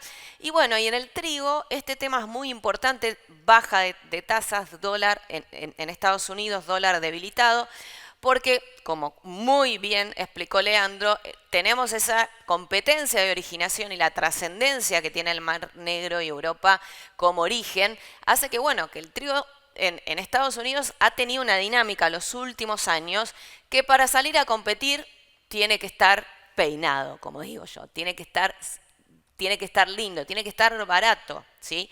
China el año pasado salió a comprar trigo de Estados Unidos, lo canceló. Sí, dijo, no, trigo caro no quiero, reserva de stocks solamente si está barato. Entonces, bueno, esta cuestión del dólar debilitándose, de bajando las tasas, son cuestiones de soporte macro con las que tenemos que convivir el 25. ¿Solamente Estados Unidos está haciendo eso? No, también la Unión Europea, un poquito menos el Reino Unido han logrado controlar la inflación, que era una preocupación tan importante. soy argentina, no me hablen de inflación, señores. Y China, a pesar de que no ha tenido problema de inflación para nada, al revés, esta inflación también está en una movida, como explicaba Pablo, de estimular su economía, está haciendo mucho esfuerzo para crecer al 5%, con lo cual, bueno, bajan tasas, el gobierno toma deuda para poner dinero en el mercado, bajan los encajes, mucho esfuerzo de China para crecer. Sin embargo, el factor clave, y fue evidente en este evento, genial, que agradezco siempre poder participar y sponsorear con Hedgepoint, es sin dudas las elecciones en Estados Unidos. Estamos a días, ¿sí? Estamos a días, está muy parejo, esto cambia constantemente, la verdad es que, bueno, da un pelito a favor de Trump las últimas encuestas. Hay quien le gusta seguir más las apuestas porque, bueno, dicen que son más genuinas, porque el que pone dinero no es lo mismo que el que pone el voto. Pero bueno, ¿y qué sería diferente? ¿Sí? Voy a bajar un poco esto a ideas. ¿Qué pasa si ganaría Trump versus Harris? Bueno, comentábamos una política más proteccionista, ¿sí? Entonces, bueno, revisar, como dijeron también en este evento, revisar las relaciones comerciales con México y con China. Sería también una política económica de baja de impuestos, entonces el tema fiscal volvería a estar en foco del déficit fiscal en Estados Unidos, una política más proactividad, con lo cual esta tendencia de bajas de tasas sería un poquito más moderada con Trump, ¿sí? Más conservadora, porque bueno, ya la actividad estaría dinamizada por la política económica y vemos esta diferencia, ¿no? Un camino de baja de tasas y debilidad del dólar más sostenido con Kamala Harris, y con Trump un poquito más conservadora la Fed en ese camino. Con lo cual tenemos riesgos crecientes. A mí el tema que conversábamos del cambio de foco de Rusia, de la trascendencia que tiene Rusia en el mercado de trigo, para mí es mucho riesgo, es mucha más volatilidad, porque subo o bajo, pongo un precio mínimo, no te vendo a vos no te vendo, hago un bloque, solamente... Eso genera muchísima, y como nosotros compradores, molineros, que el origen principal es Estados Unidos, ¿ok? Mientras Rusia esté abasteciendo cómodamente, bueno, tenemos un confort de que va poniendo un techo a los precios norteamericanos y a los distintos orígenes. Va diciendo, yo tengo trigo. Ahora, si a esa cuestión egocéntrica y narcisista de Rusia, que cómo maneja el mercado de trigo, que para mí es más riesgo, con lo cual llamo a más acción, le sumamos el conflicto de Medio Oriente, le sumamos un mercado laboral norteamericano que sigue mostrando señales de debilidad, con lo cual incentiva la baja de tasas, y las elecciones, estamos en un entorno de riesgo creciente. ¿Y cómo afecta a los mercados de commodities? Los que, si vemos el índice de commodities, están en los máximos. ¿Pero cómo están en los máximos los índices de commodities de los últimos 10 años? Si el precio del trigo, como vimos muy bien, no es tan así. Son los metales. Los metales, también conversábamos con Pablo cómo estaba desarrollado ese trading, llevan la delantera, porque en un mundo con un dólar debilitándose y con riesgo creciente, bueno, quiero resguardo de valor, quiero metales, quiero oro. ¿Cómo afectan los demás? Y los demás, bueno, van siguiendo su fundamental, su oferta y demanda que comentamos. El mercado de granos, decíamos, estamos en un contexto abastecido. El trigo estaría un poco cambiando sin ningún drama, como dicen, no es un cuco, decían, pero bueno, venimos de una situación de sobreabastecimiento a entrar en un periodo hacia el 25 menos sobrado, menos confortable, a lo que le tenemos que sumar estos riesgos. Y bueno, y la energía, que está muy vinculada a las cuestiones geopolíticas, pero muy vinculada a la atracción de demanda de China, que, como decíamos, está lenta, ¿sí? Y bueno, todo esto, con toda esta información y con todo este contexto que me estoy parando, todas estas tantas cosas que compartimos en este evento, ¿qué hago? ¿Sí? ¿Cuál es la importancia de tomar acción a un entorno, a un contexto de volatilidad creciente? Y la importancia de recurrir a mercados derivados desarrollados, ¿sí? Que me dé soporte, donde pueda sentir confianza. Yo tengo que tener una operatoria que me dé que justamente me reduzca ese riesgo. Y para eso tengo que trabajar con un equipo, tengo que capacitarme, tengo que entender y trabajar con un mercado donde yo pueda tener una liquidez, donde el precio sea transparente, que tenga integridad financiera. Y todo eso tiene que ser en las contrapartes y tiene que tener la seguridad cuando yo ingreso a un mercado internacional de tener estas cuestiones, que es lo que todavía no tiene el Mar Negro, pero va poniendo Europa. ¿Y cómo accedo al mercado? Tengo dos formas, a través del mercado listado, a través de una plataforma, que también discutíamos este tema y conversábamos, compartíamos con Pablo y Leandro, cómo accedo a un mercado a través de una plataforma que hoy es muy fácil y la verdad muy eficiente, pero a la vez, bueno, necesito un porcentaje de mi gestión del riesgo que sea descubrir qué necesito, ¿sí? Nosotros no podemos llamar a un cliente y decir, ¿qué necesitas? ¿Sí? Resolvamos esa pregunta juntos. ¿Cuál es el contexto? ¿Cuál es tu situación? ¿Cuál es tu libro? ¿Estás comprado? ¿Estás vendido? ¿Por cuántos meses? ¿Vas a parar tu planta? Y ese porcentaje de trading a medida en el que se trabaja mucho más y el que es un esfuerzo compartido, colectivo, apoyándonos en los mercados internacionales, es de mucho valor a la hora de tomar las decisiones, ¿sí? ¿Cuáles son los mercados de trigo en Estados Unidos? Los señores del US Wheat van a hablar siempre mucho mejor de esto, y todos los años y el material que tienen en la web es fantástico. Pero bueno, como para hacer referencia a dónde estamos parados, el trigo duro de invierno, que es el mercado de Kansas, el trigo del mercado de Kansas es el 40% de la producción, es el trigo principal, es el trigo rey. Normalmente ha tenido años de bajas de área y de seca, pero es el trigo principal y es donde vemos acá marcado con verde, ¿no? El centro, las grandes planicies, decíamos. Después tenemos el trigo de primavera, que es el 25% del trigo en Estados Unidos, que eso cotiza en Minneapolis, y después vamos a entender un poquito más de qué se trata esto, Kansas, Minneapolis.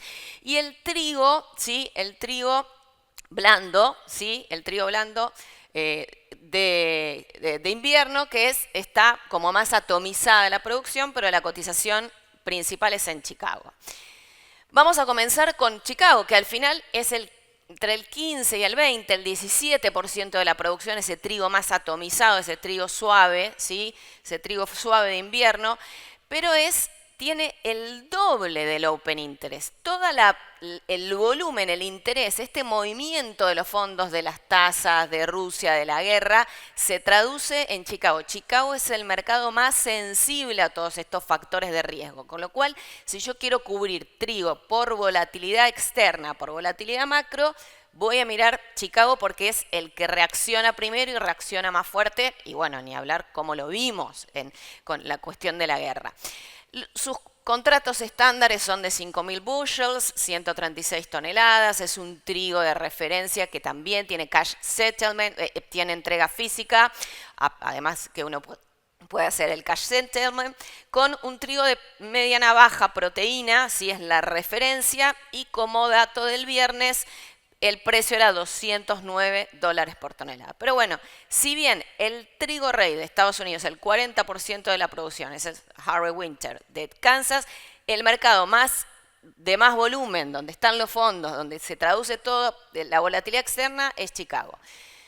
Sin embargo, mi mercado favorito, puedo tener un favoritismo, es el de Kansas, porque bueno, es el trigo pan, es el trigo nuestro, es el trigo argentino, es el trigo querido, donde, bueno, tiene una proteína media alta de 10-13, ¿sí? Hoy están los precios bastante parejos, muy interesante, discutido. Acá también traer el spread entre los mercados, pero lo traigo para la próxima reunión.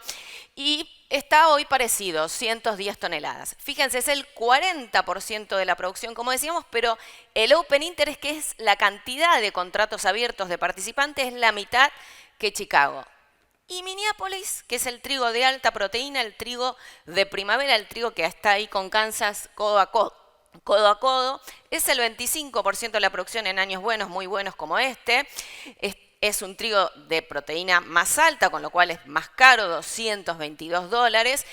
Y la característica de Minneapolis es que en Chicago compró el NYMEX, que es el de New York de petróleo, compró el Chicago Board of Trade, compró también Kansas, están hoy en el gran grupo CME o CME Group, y hoy Minneapolis quedó independiente, ¿sí? Al estar independiente, bueno, tiene una gestión como más, no digo doméstica, porque sí participan los fondos, sí nosotros cubrimos, sí desarrollamos estrategias para clientes, porque es muy interesante, porque es un trigo de alta proteína, es un trigo muy importante para la canasta, pero bueno, sí tiene mucha menos liquidez y es un trigo y es un mercado que además tiene un horario un poquito más extendido, nos da 15 minutos más para correr en el cierre y genera más trabajo, más creatividad, más todo ese trabajo de qué posición, dónde está la volatilidad, las opciones, porque tiene menos liquidez. Y sumamos con mucha trascendencia el mercado europeo. Así que me preguntaba Leandro, ¿vas a hablar del Euronext? Antes Matif, los viejos le decimos Matif, que es el trigo, es la cotización del trigo europeo, también tiene la referencia en el físico, que se entregan 5 puertos franceses, es milling wheat de 11 proteínas, también es un trigo pan, es tan alineado, ¿sí?, con Kansas, su competencia, que la novedad es que el Euronext lanzó el trading del spread Kansas Matif a partir de este mes de octubre, o sea, para ver la relación. Me encanta traer ese spread porque vemos la diferencia de supply y demand de los orígenes. Los contratos son más chiquitos, 50 toneladas, y ha crecido notablemente. Nosotros tenemos un trader en Ginebra que se dedica de manejar este libro. Ha crecido muchísimo porque, claro, al correrse de Estados Unidos, que sacó el CME el contrato del Black Sea después de la guerra, se concentró la trascendencia que tiene, la trascendencia de trading físico de esa zona, creció mucho. Hoy se tradean 50.000 contratos por día, tiene un open interest de 500.000 lotes de 500.000, que es parecido al de Chicago, pero bueno, ahí hay una trampita porque el contrato es más chiquito. Con lo cual, mucha atención. ¿Qué hacen los fondos? Nosotros tenemos este reporte, son de acceso gratuito. Al final de mi presentación hay un código QR para anotarse y bajar todos estos reportes de fondos para darle seguimiento. Vemos que cuando empezamos a ver fondos vendidos en soja y maíz, este ciclo de stocks abultados, me decía un cliente, me dice, bueno, ¿y cuándo se pasan a comprar? ¿Cuándo pasan a ser compradores? ¿Por qué tienen que estar comprados los fondos? Nunca. Si los stocks son abultados, en trigo, que es un mercado más abastecido, con más confort, los fondos siempre están vendidos. Un poco vendidos, más vendidos o menos vendidos. Bueno, cuando están más neutrales, menos vendidos, cuando empiezan a sentir una situación de supply and demand menos confortable. Y bueno, y esto es un poco lo que vemos que está pasando. Este es el igual, pero de Kansas. Vemos que antes teníamos 400, casi 500.000 lotes de open interest. Acá hay 266, por eso decimos la mitad.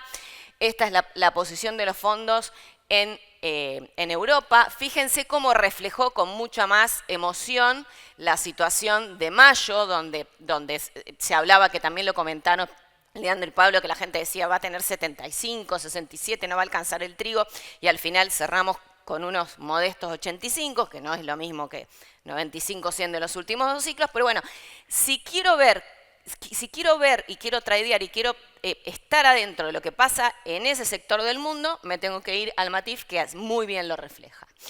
Y esta es, de todas maneras, el conjunto de todos, la cotización de todos los productos, que también lo decía Pablo y lo decía Leandro, van de la mano. El trigo es trigo, con lo cual la evolución de los 4 principales bolsas, exchange, donde se refleja la oferta y demanda, donde se refleja todos estos entornos, van de la mano. Con el pico en la guerra, hoy vemos que el trigo europeo que venía de estar 2 años más barato, porque había esa sensación de sobreabastecimiento en Rusia y en Europa, hoy está cambiando, se pone un poquito arriba, lo hace muy interesante.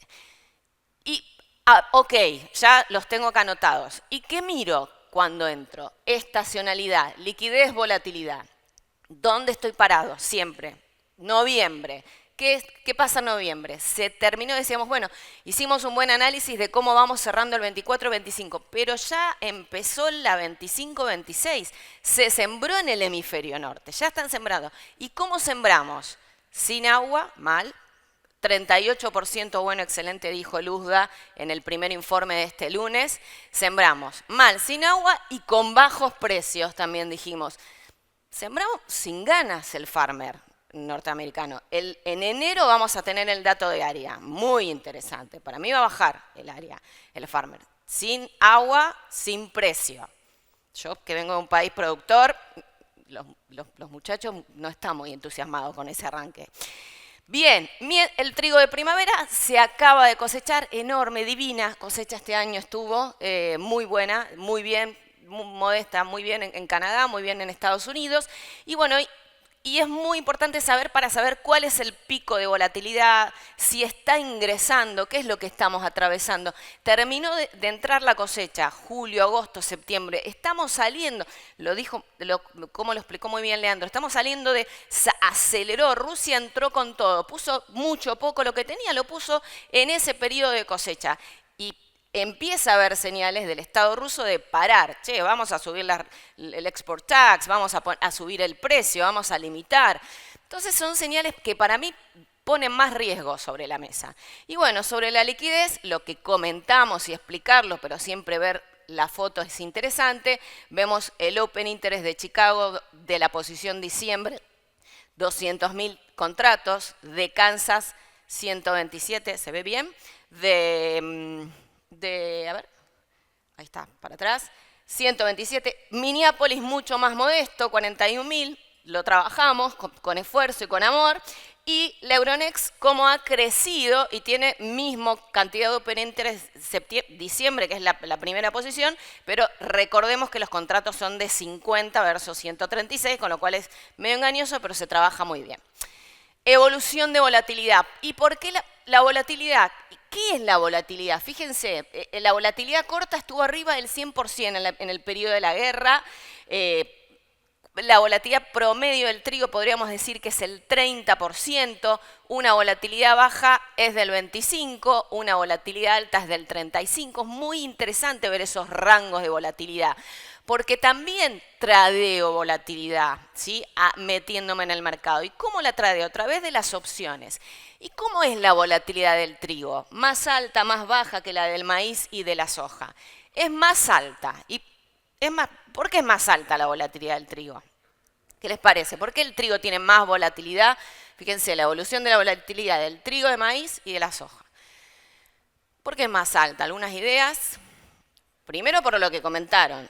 Múltiples orígenes. Múltiples orígenes, tengo más riesgo de que en algún lugar pase algo, ¿sí? Entonces, múltiples orígenes me genera más ansiedad. Tiene menos participantes que el maíz. El maíz tiene un volumen avasallante en Chicago, entonces si salen los fondos a comprar 5.000 lotes, el maíz no saluda, no se mueve. Si salen los fondos a comprar o vender 5.000 lotes en trigo que tiene menos volatilidad, o 20, se nota mucho, ¿sí? Y la soja, ¿cuál es la diferencia? Si el mercado se mueve $2, ¿sí? La soja vale 400, 450. Si el mercado se mueve $2, el trigo vale 220, como vimos, entonces es más variación. Pero esto es muy interesante. Estamos en el producto más lindo, el trigo. Muy bien. Esta es la lupa de ahora como foto. Después los ven bien, cómo está la volatilidad de hoy. No muy alta, porque estamos todavía en un contexto de stocks no tan confortables, pero ok, ¿sí? Esa era la de Chicago, esta es la de Kansas, esta es la del Euronext, del trigo europeo, que también le damos seguimiento. Este reporte lo actualizamos diario y está en la web esa que se pueden suscribir. Y bueno, ¿y cómo me meto a mirar y cómo me beneficio, cómo transformo este riesgo en oportunidades? La volatilidad está adentro del precio de las opciones, ¿sí? Si yo voy a hacer un trading direccional, es decir, me cubro alcista o bajista, flat, voy a ir con los futuros. Pero ir con los futuros es ir con todo el cuerpo, como digo yo, porque es ir uno a uno. Si empiezo a diversificar mi cartera y poner estrategias que me dejen estar más confortable, que me dejen controlar mi llamada de margen, me decía un cliente también, empiezo a diversificar y a tradear opciones. Y tradear opciones es tradear volatilidad. La prima tiene dos partes, el valor intrínseco, que es lo que yo ya estoy ganando, si tengo un call de 600 y el mercado vale 620, gané 20. No me voy a poner a dar el curso, ya voy terminando, pero otro día lo hacemos, ¿sabes? Ganas tengo. Y el valor extrínseco, que es lo que necesitamos descubrir, porque los otros es una cuenta matemática, el valor extrínseco tiene que ver con el tiempo que nos queda a la expiración y sobre todo con la volatilidad, con ese riesgo que yo estoy comprando y vendiendo. ¿Y a ustedes qué les parece? ¿La volatilidad es buena o mala? Díganme, particípenme que ya estoy terminando. Vamos, ¿buena o mala? Depende. Buena, mala. Bueno, están dudando. Dos sinónimos de volatilidad. A ver quién se anima a decirme. O a un sinónimo de volatilidad. Tírenme, sinónimo de volatilidad. Riesgo, muy bien. Y voy a dar otra del otro lado. Oportunidad, también lo estoy escuchando por ahí. Volatilidad, riesgo y oportunidad. ¿Y qué volatilidad es? La que el mercado espera que venga. Por eso decimos, hacia atrás tuvimos una volatilidad baja. Lo que pasó, pasó. Lo que importa es la volatilidad que viene, esa es lo que yo voy a comprar o vender. Y para eso están las opciones, ¿sí? Que son derivados, los activos, el trigo, los futuros son derivados del precio del trigo, del físico, y las opciones son derivados de los futuros. No es chino, es trigo, ¿sí? Tenemos los calls, los put, los calls me cubren hacia un mercado que yo tengo que comprar trigo, estoy short, estoy abierto. Ayer decía, no está en short fletes, no está en short trigo todo, ¿sí? Veamos calls, veamos alternativas, ¿sí? Y dentro de la ecuación del modelo del Black & Scholes, para tocar un tema técnico y no dar el curso ni el posgrado, un tema técnico, no lo inventé yo, este mercado maravilloso, ¿sí? Esta es la ecuación de referencia donde vemos que la volatilidad es las chances, estamos pagando o vendiendo chances de que algo suceda, ¿sí? Muy importante, señores, la gestión del riesgo de precio. Hablemos nosotros, los asesores, hablemos los compradores, los vendedores, los países, hablemos para que cada uno haga su trabajo mejor, ¿sí? Cada uno pueda trascender y gestionar su negocio, llevarlo al siguiente nivel. También decimos estar en una situación más confortable, en un entorno que para mí es un cambio estructural en el trigo. Veníamos de 2 ciclos de hacer la plancha porque había mucho trigo. Siempre Rusia tenía mucho trigo, tenía muchos stocks, Europa más de 130 millones de toneladas, eso es una diferencia que dice trigo hay, a empezar a tener algunos temas climáticos para el próximo ciclo como anticipamos y no tanto respaldo de sobreoferta del ciclo anterior. Con lo cual, gestión del riesgo de precio, amíguense, quedamos a disposición. Estos son mis datos, ese es el código QR para acceder a la web y bajar esos informes de volatilidad y de fondos y quedo a disposición. Hay mucho para hacer, ¿sí? Este es el primer paso. Gracias por el espacio. Muchísimas gracias, Sol. Muchas gracias al señor Pablo también. Y Leandro, como para dar un cierre, ¿les gustaría compartir unas palabras también entre ustedes tres? Como para ir cerrando esta primera charla de nuestro último día. Sol, Ustedes, rápidamente, entre los tres, una pregunta. Bueno, dijiste es muy poco tiempo, ¿no? Pero ¿qué está viendo en el spread de Kansas-Matif? ¿Cómo se está dando eso? Bueno, recientemente se ha valorizado el trigo francés por la situación de más riesgo creciente, en Rusia, donde decimos, bueno, Rusia tiene trigo, pero bueno, ¿hasta dónde? ¿Cuáles son esas decisiones unilaterales que van gestionando y con una posibilidad de restricción de oferta en el segundo semestre del ciclo comercial, como comentábamos? Yo creo que hoy tenemos un spread de $20 que pienso que se va a sostener y puede crecer un poco más. Y con respecto al spread Kansas-Chicago, que es otra pregunta también favorita que lo comentamos. También le veo más posibilidades a Kansas porque le veo más posibilidades al trigo genuino, a esa necesidad de trigo pan de originación, sin tener esa situación, si bien, como decía Pablo, la situación fundamental está bien, Estados Unidos tiene trigo, Estados Unidos tuvo una muy buena cosecha de trigo, venía de ciclos donde a pesar de tener mucho o poco trigo, al no estar competitivo, venía el trigo europeo, el trigo del Mar Negro, y hacía que Kansas recline, ¿sí? Yo creo, le veo una oportunidad a Kansas por ser el trigo. El trigo americano presente el segundo semestre. Sí, sí, veo una oportunidad. Me gusta más cubrir Kansas. ¿Está caro el trigo argentino, Pablo, o todavía, cómo lo ves con el Yo americano? lo veo todavía con oportunidad de seguir bajando un poco más. De hecho, yo estaba reportando en las gráficas que viste un 2.30, ya está 2.28, me hablaron de 2.23 incluso ofertado. Y la verdad es que si va a salir tanto trigo como yo estoy esperando, y ojo que ese inventario, esta presentación yo la hice en Brasil hace 3 semanas y cuando vieron la cifra que yo proyecto de inventarios finales para este año, todo el mundo se espantó. Porque me llamaron dije incluso 12 de exportación con 5 millones de carry, terminaste. 5.300.000 creo que. O sea que es un límite, es el mercado, es la demanda, ¿no? Sí, bueno, entonces, ¿qué es lo que pasa con eso?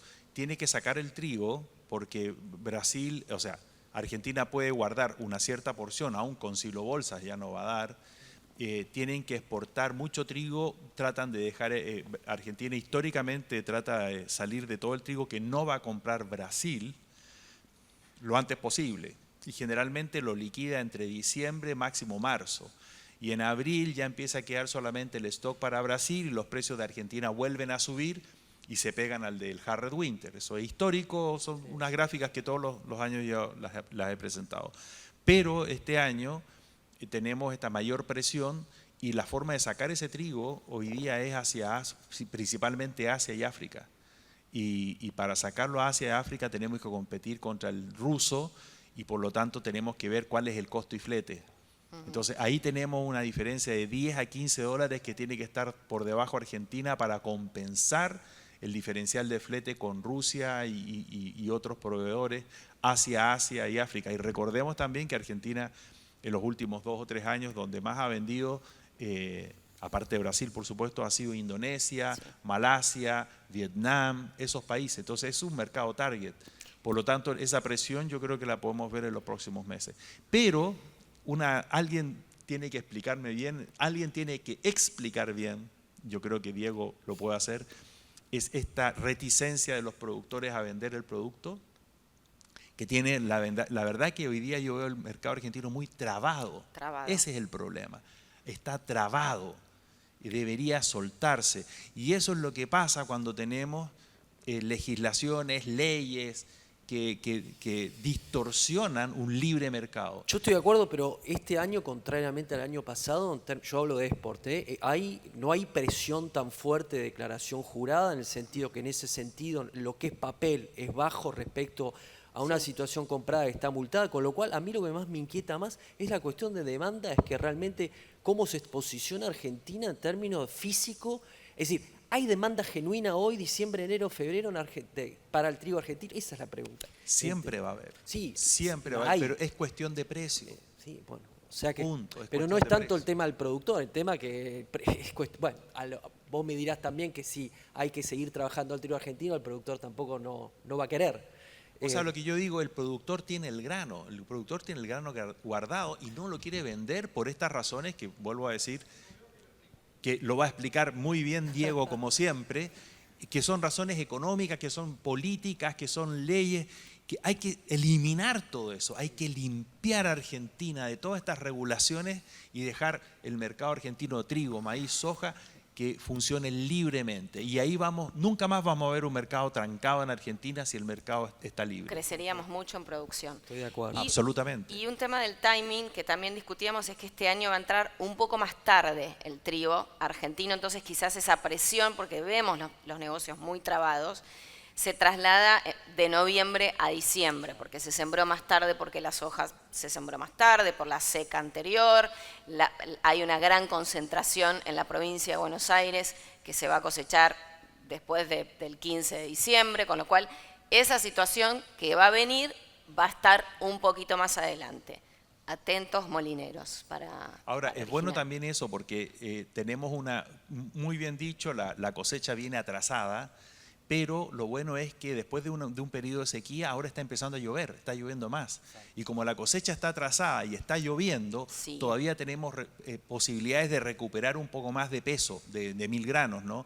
No vamos a tener más granos en la vaina porque eso ya se determinó, pero sí podemos tener un grano más gordo y eso da una mayor producción. Por eso yo hablé de 19. Bien. Mi producción es 19 e incluso yo quería hablar de 19,5, pero dije yo por ser cauteloso 19 contra la Luzda que habla de 18. Sí, El Luz- estamos lejos del focus de 17, 17 y medio. lejísimo. Yo creo que es más, de ese 17 y 17 y medio versus 19, estamos más cerca del 19, 19. Para que- 20. Mira, yo no alcancé a pasar muy rápido esa lámina, pero la información que te doy no es mía, son de los productores agricultores argentinos, porque yo saco la información de ellos, yo no soy agrónomo.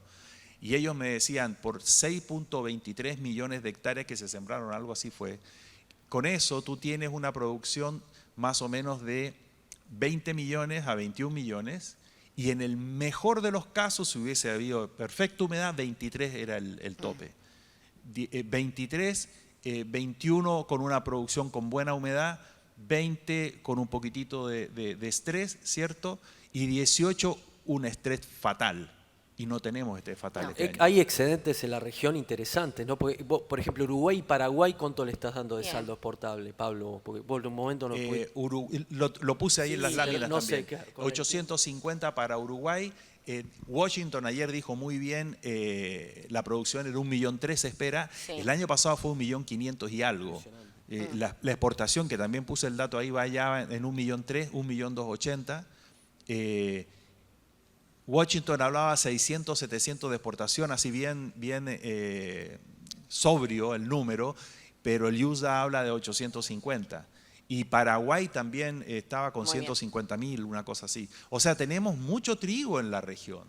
Y tenemos mucho trigo en Estados Unidos, y tenemos mucho trigo en Canadá, y tenemos mucho trigo en Argentina. O sea, Es el yo año no de veo las el Américas. problema. De las Américas. Es el año de las Américas. El año de las Américas. Muy Buena, bien. Buen cierre. El año de las Américas. Muchísimas gracias. Fuerte ese aplauso. Gracias por acompañarnos.